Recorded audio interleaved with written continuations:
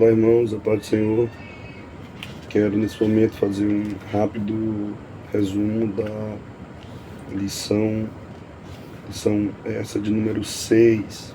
Estou com minha lição em mãos aqui. Quero me prender especificamente a parte das aplicações, né? Como a revista faz uma breve análise teológica, eu acredito que vai ajudar os professores me prendendo a parte de aplicação. Em relação ao ponto 1 aí, o ponto 1, ele vai mostrar a estrutura da igreja. Essa estrutura da igreja, ele cita várias referências, né? E perceba que a ênfase aí está na doutrina da igreja de Corinto. No Novo Testamento, tem duas grandes cartas que trabalham bem a doutrina da igreja. Uma mais funcional e uma mais ideal. O que é essa funcional? É a de Corinto, que é como a igreja está, seja em problemas morais, seja em questões ligadas a grupos, a perguntas, né? Corinto tem uma série de perguntas que Paulo responde. Veja bem que a ênfase ali que ele coloca é a ideia de organismo. Nessa ideia, como que você pode aplicar na escola dominical essa ideia de organismo? Primeiro, há um líder e nós desfrutamos da vida desse que é o cabeça, que é Cristo. A ordem que o Cristo, o Senhor, dá, nós, o corpo, seguimos. Segundo, é que nós temos ligação. Quando ele vai trabalhar em 1 Coríntios, ali, essa metáfora, ele vai mostrar que cada um tem sua função.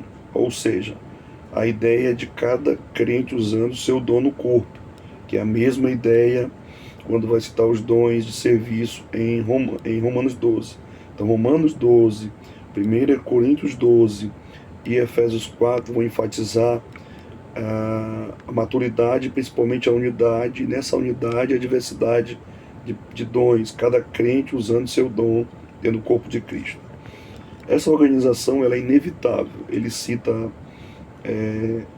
Atos 6, porque é o princípio ali da diaconia. Ele não cita primeiro diáconos, o termo, ele cita serviço. Então há duas diaconias ali, há o serviço à palavra, o servo da palavra, e ao servo e à mesa.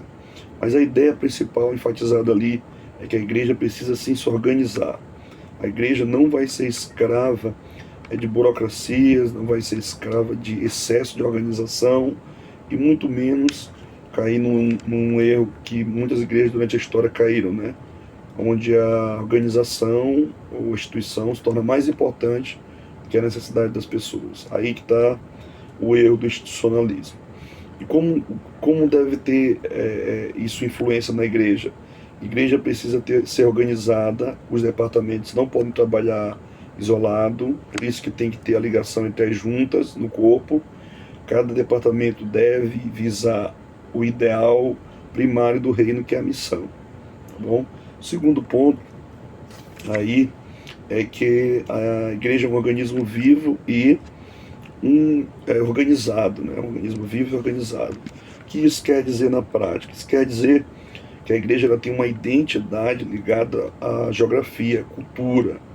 Ela tem uma ligação. A igreja não pode existir num vácuo, distanciado das pessoas, do lugar, das coisas. Isso não quer dizer que a igreja agora vai ser agora produto do meio, mas quer dizer que ela tem sim uma ligação, tem demandas.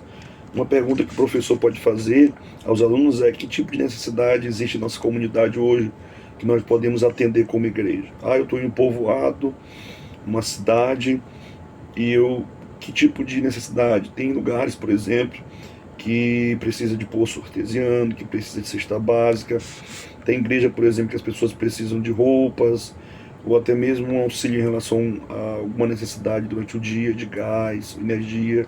Então a igreja tem um papel sim social, e não apenas espiritual. Ele fala aqui também que a igreja ela tem, por exemplo, que manter a decência e os costumes. E nesse sentido, ele fala aí, também citando os primeiros crentes foram batizados em águas e também na ceia. Muita gente critica, usando a ideia de somente a escritura, que a igreja não pode ter determinados tipos de tradições. A igreja, de forma inevitável, ela vai ter tradições.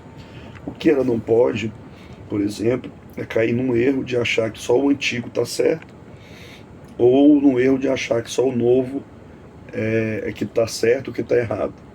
Então, os mais tradicionalistas vão dizer que só o antigo está certo. Os inovadores vão dizer que só o recente que está certo, que é bom.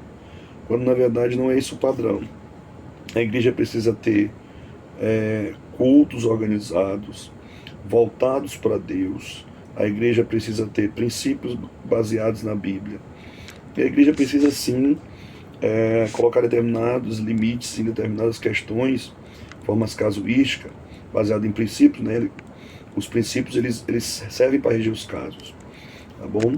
Isso não quer dizer que eu vou usar algo que a Bíblia não diz e tentar suplantar uma ordem bíblica. O litúrgico aqui é o culto. O ritual é aquilo que nós fazemos nesse culto. Não entenda ritual como ritualístico, né? Que envolve muito o modelo de igreja católica. Depois ele vai falar de 3 modelos de igreja. O primeiro, lembre-se que tem uma pessoa que tem uma administração sobre a igreja. O segundo, há um grupo que tem administração sobre a igreja. O terceiro, já existe uma Assembleia Geral que elege o pastor. E ele vai mostrar aqui, no 3.4, que o nosso sistema é híbrido. O que isso quer dizer? Ele diz que em 1930 nós seguimos o Batista. Depois houve uma mudança. O modelo atual segue uma autonomia administrativa em relação à Convenção Geral e à estadual. E isso quer dizer que, por exemplo, a igreja tem a CEADEMA, no caso aqui do Maranhão, ou a CGADB, no caso do Brasil todo, e essas convenções elas têm uma autonomia. E ele vai falar aqui que a autoridade de estabelecer lideranças pastorais das igrejas locais pertence às convenções. Por que existe essa necessidade dessas organizações? Porque elas que lidam com as demandas de mudança de campo, de disciplina pastoral, e também de estudos e formação dos pastores. Então isso facilita até projetos de evangelização, tá bom? Nesse ponto 3 aqui, é bom nós entendermos a nossa identidade, principalmente ligada à nossa denominação, conhecer um pouco de história da igreja, também para nós não cometermos os erros das igrejas de hoje, que existe autoconsagração de pastor, se dividem facilmente, criam sistemas que, na verdade, nós percebemos que se distancia do que Deus deseja. Voltando um pouco lá para o comentário da própria lição, do próprio texto, né? Já trabalhei de forma geral aí, a lição de forma também resumida. Se você quiser aplicar, aplique no versículo de número 1, tem uma aplicação. Qual é? Necessidades não atendidas podem gerar murmuração silenciosa. 2. É necessário estabelecer prioridades. Qual é a prioridade? Deus e sua palavra. Vida consagrada e sua palavra não pode ser substituída por atividades sociais, por qualquer outra demanda. 3.